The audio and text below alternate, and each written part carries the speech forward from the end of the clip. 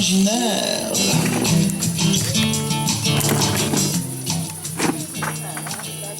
Ah! Il me laisse donc ici courir. Ah! Ah! Ah, Toinette! On y va! Ah! Ah! Ah! Ah! Chienne! Charogne! J'ai entresoifé de votre impatience. Vous pressez si fort les personnes que je me suis donné un grand coup de la tête contre la carte de volée. Il y a une heure! Ah, tais-toi donc! Que je te querelle! Récemment, j'en suis d'avis, après ce que je me suis fait. Et toi, tu m'as fait rigolier, carogne! Et vous m'avez fait vous casser la tête. Là, vous bien l'autre, sans doute. Quoi, coquine? Ah! À me laisser! Si vous querellez, je pleurerai. Oh, chienne, tu veux? Attention. Ah, il faudrait donc que je n'ai pas le plaisir de la quereller. Querellez tout votre style, je veux bien. Mais tu m'en empêches en m'interrompant à tout coup. Si vous avez le plaisir de quereller, il faut bien que de mon côté, j'ai le plaisir de pleurer. Chacun le sien, ce n'est pas trop sans doute. Allons, faut en passer par là. Ôte-moi ceci. Coquine, ôte-moi ceci. Allez. Ça, Oui, mon lavement. votre lavement. Oui, a-t-il bien opéré? Ai-je bien fait de la bile? Ma foi, je ne me mêle pas de ces affaires-là. C'est à Monsieur Florent à y mettre le nez puisqu'il en a le profit. Connaissant de me tenir un bouillon frais pour l'autre que je dois tantôt prendre. Ce Monsieur Florent-là et ce Monsieur Purgon s'égayent bien sur votre corps. Ils ont en vous une bonne vache à lait. Ah, taisez-vous, ignorant. Je voudrais bien leur demander quel mal vous avez pour vous faire tant de remèdes. Ah, ce n'est pas à vous à contrôler les ordonnances de la médecine. Ah, allez me chercher ma fille Angélique, j'ai à lui dire quelque chose. La voici qui arrive, elle a deviné votre pensée. Ah, ma fille, vous venez à propos, je voulais vous parler. Me voilà prête à vous ouïr. Ah, attendez.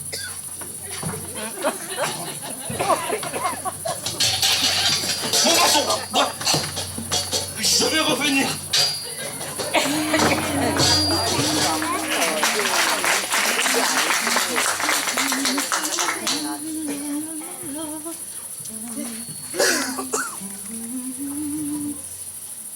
Toinette!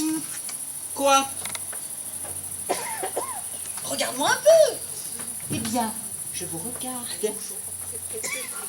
Toinette! Oh, quoi? Toinette! Ne devines-tu point de quoi je veux parler? Je m'en doute assez de notre jeune amant. Car c'est sur lui que depuis 6 jours roulent tous nos entretiens. Et vous n'êtes point bien si vous n'en parlez à toute heure. Puisque tu connais cela, que n'es-tu la première à m'en entretenir? Et que n'épargnes-tu la peine de te jeter sur ce discours? Oh, Vous ne m'en laissez pas le temps. Et vous avez là-dessus des soins qu'il est difficile de prévenir. je t'avoue que je ne saurais guère me lasser de te parler de lui. Et que mon cœur profite avec chaleur de tous les moments d'une affaire. Oh. Mais dis-moi, Toinette, condamnes-tu les sentiments que j'ai pour lui? Je n'ai garde. Ai-je tort de m'abandonner à ces douces impressions? Je ne dis pas cela. Voudrais-tu que je fusse insensible aux tendres protestations de cette passion ardente qu'il témoigne? À Dieu ne plaise. Ne trouves-tu pas, comme moi, quelque chose du ciel, quelque effet du destin dans l'aventure inopinée de notre connaissance? Oui. Et ne trouves-tu pas que cette action d'embrasser ma défense sans me connaître est tout à fait d'un honnête homme? Oui. Que l'on ne peut en user plus généreusement? D'accord. Et en plus qu'il fit tout cela de la meilleure grâce du monde. Oh, oui. Ne trouves-tu pas, Toinette, qu'il est bien fait de sa personne? Qu'il a l'air le meilleur du monde? Sans doute. Que ses discours comme ses actions ont quelque chose de noble? C'est vrai. Que l'on ne peut rien entendre de plus passionné que tout ce qu'il me dit? Cela est sûr. Et qu'il n'est rien de plus fâcheux que la contrainte où l'on me tient, qui bouge tout commerce aux doux empressements de cette mutuelle ardeur que le ciel nous inspire. Oh! Vous avez raison. Mais ma pauvre Toinette, crois-tu qu'il m'aime autant qu'il me le dit? Eh, ces choses-là, parfois, sont un peu sujettes à caution. Les grimaces d'amour ressemblent fort à la vérité. Et j'ai vu de grands comédiens là-dessus. Oh, Antoinette, que dis-tu là? Hélas, de la façon qu'il me parle, serait-il possible qu'il ne me dit pas vrai? Vous en serez bientôt éclairci. Et la résolution où il vous écrivit hier qu'il était de vous faire demander en mariage sera une prompte voix à vous faire savoir s'il vous dit non. Vrai ou non, on sera là la bonne preuve. Ah, Antoinette, si celui-là me trompe, de ma vie, je ne croirai aucun homme. Voilà votre père qui arrive.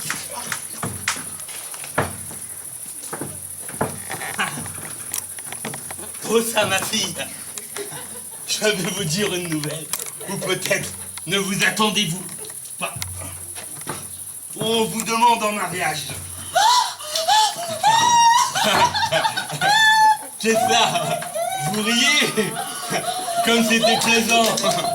Ah, ce mot de mariage, il n'y a rien de plus drôle pour les jeunes filles.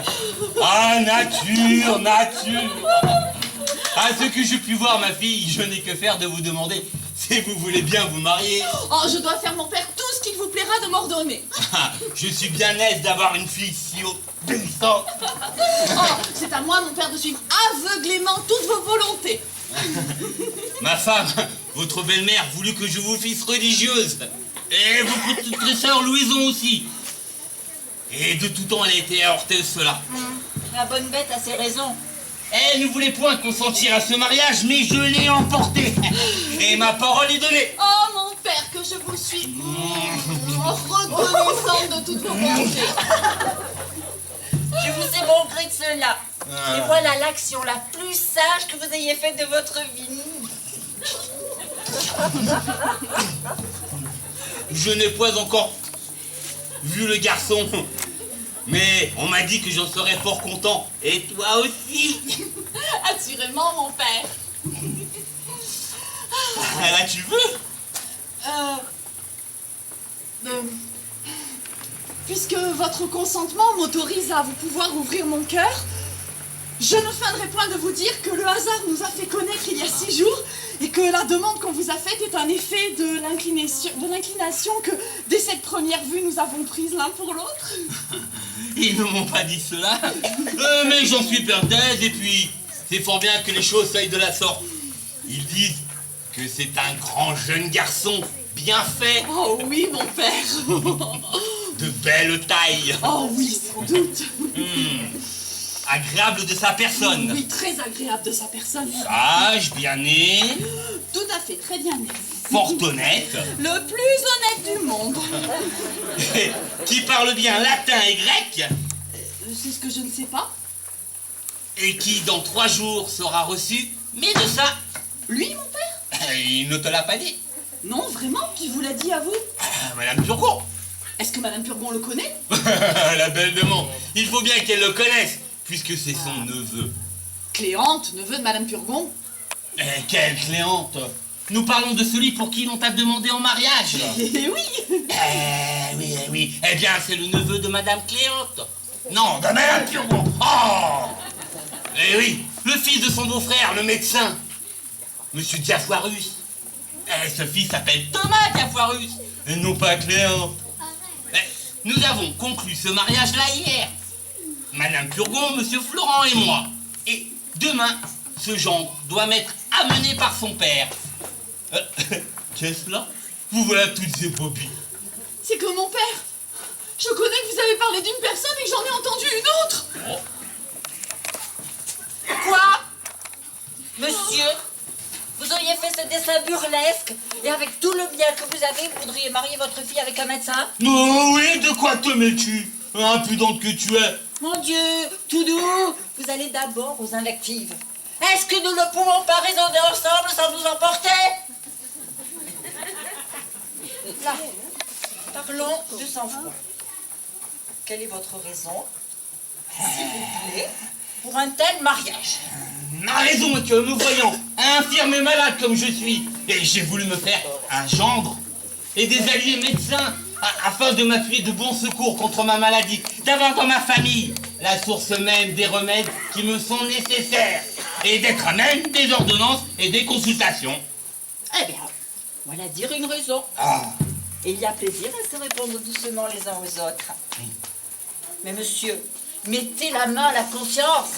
Est-ce que vous êtes malade? Comment je dis? Si je suis malade! Si je suis malade! Oui, monsieur.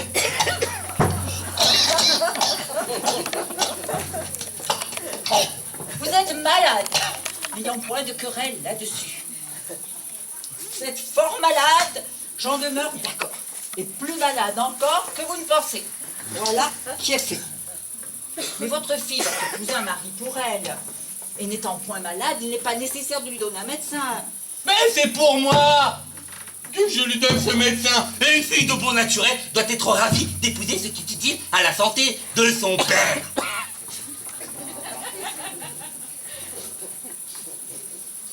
Fille, ne dites pas cela. Que je ne dise pas cela. Non, Et pourquoi je ne le dirai pas? on dira que vous ne savez pas ce que vous dites. Et on dira ce qu'on voudra. Et moi je vous dis que je veux qu'elle exécute la parole que j'ai donnée. Non, elle ne le fera pas. Je lui forcerai bien. Elle ne le fera pas, vous dis-je. Elle le fera ou je la mettrai dans un couvent. Vous Moi. Bon, Comment? Bon. vous ne la mettrez pas dans un couvent. Je ne la mettrai pas dans un couvent. Non. Et pourquoi ne le ferais-je pas? Vous n'aurez pas ce cœur-là. Je l'aurai. Non. Oui, je l'aurai. Qui me l'empêchera? Vous-même. Moi? Oui. La tendresse paternelle vous prendra. Bah, elle ne me prendra point. Oh, une petite larme ou deux, des bras jetés autour du cou. Mon petit papa mignon prononcé tendrement sera assez pour vous toucher. Tout cela ne fera rien. Oui, oui.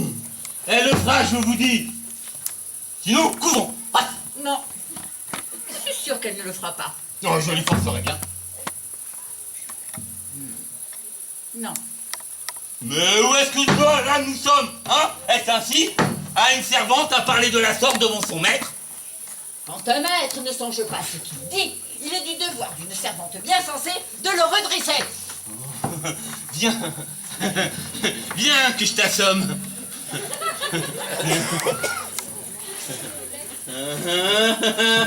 M'intéresse. Et il est de mon devoir de m'opposer aux choses qui vous peuvent déshonorer. Oh, viens, que je t'apprenne à parler. Je m'intéresse comme je dois à ne point vous laisser faire de folie. Chienne. Non, je ne Bon. consentirai jamais à ce mariage. Coquine. Je ne veux pas qu'elle épouse votre Thomas Diaphorus. Ma fille, ne vous arrêterez pas, vous, cette coquine-là. Ah, mon père, il va tout faire vous. Arrêtez-la, ou je vous donne ma malédiction. Et moi, je la déshériterai si elle vous obéit. Je n'en puis plus. Voilà pour me faire mourir.